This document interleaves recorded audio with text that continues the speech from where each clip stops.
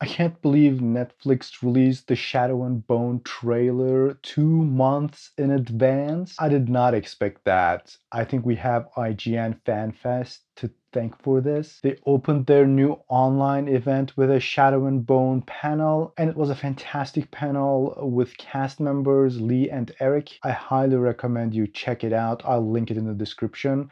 Honestly, it looks pretty great. The Volcra CGI is a bit janky, but what CGI isn't, right? It is what it is. The stag CGI in the previous teaser was also like okay, but I think overall it looks good. We get a super small glimpse at the crows, but I love how different it looks than the Shadow and Bone portion. I'm hoping maybe the second trailer will focus more on the Six of Crows portion. But I want to just dive into the trailer and go through it and analyze the whole thing compared to the books and all that good stuff. So let's begin. It opens with a look at the shadow fold the Darkling is narrating. Very cool. Also, they're indeed using British accents, so that is confirmed for real. I'm not super sure about who the person riding the horse is. There's a scene where Alina and Darkling are riding together, and Alina is wearing Corporal Kai red in that scene. So not sure if maybe there are two people here, but why would they ride towards the fold? There also seems to be a settlement or an encampment near the fold. Overall, not super sure about this shot, but we can get a good look at the scale of the fold. Here we can see the sand skiffs they use to travel through the fold. Again, a great look at the scale of it. So in this scene, Mal and Alina are both on the sand skiff, and Mal is asking Alina what she's doing there. So I'm guessing in the show, Alina isn't supposed to come to this mission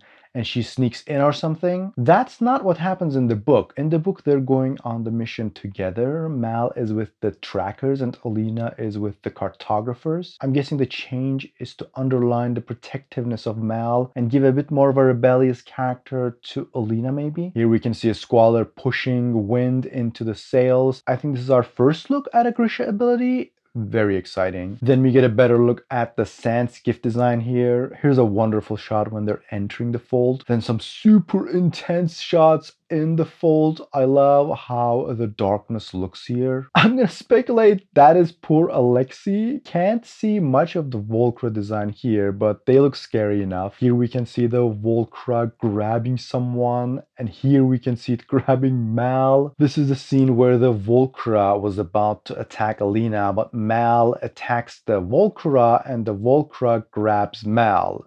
Again, not a super clean look at the Volcra. I think they are trying to conceal them. I guess that's fine. If it doesn't look good, just do what you can. I think the impact comes across. And here we can see Alina's light explode and this unlucky Volcra gets absolutely annihilated. Here's a scene where they're bringing Alina to the Darkling's tent. We can see a bit of the Oprichniki uniforms, I believe. These are the Darkling's personal guards. And here is the Darkling. He's like, who saw what happened? Just like in the books. We can get a bit of a nice look at the sand skiff, the light and the Volcra flying in this scene. Here we can see inside the Darkling's tent. We can see his banner, the sun in eclipse. We can also see a bunch of Grisha and Keftas. So all of the orders are here, I think. We can see the blue ethereal Kai, there's one purple material Kai, and there's one red corporal Kai there. Of course, the Darkling is in black. Here he's reversing his ring. I saw this ring on one of the posters and I wasn't sure what it was. In the book, he uses a knife to cut Alina, but they added this thing in the show. I don't know if he will ever use this again. Maybe in daily life he uses it to peel fruit or something. I don't know what else you would do with it. By the way, if you're enjoying this, please leave a like to let me know. Also comment and let me know your thoughts. Once the show comes, I will compare every episode to the books. So if you don't want to miss that, definitely subscribe. But anyway, he grabs Alina and cuts her.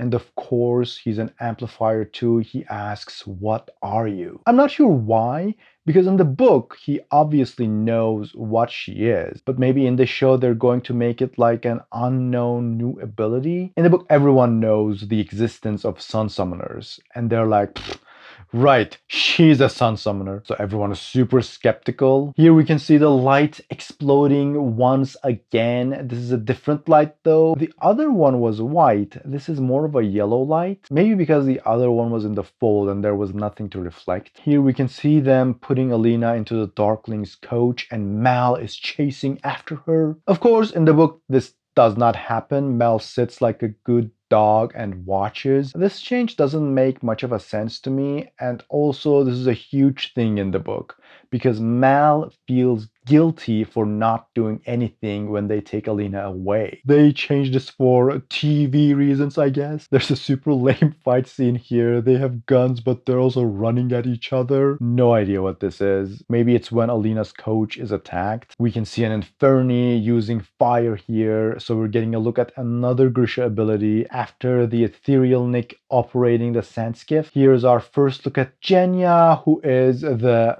best character in this book. Come on. You gotta agree, she's the most nuanced, complex character in Shadow and Bone. Also, if you haven't read the short story, The Tailor, make sure read that one too. It's very good, and it's important to understand Jenya a bit better. Of course, she's wearing white and gold kefta, similar to other house servants, as you can see behind her. Here, they're giving Alina a bath. This is also exactly from the book. And here's our first look at the crows.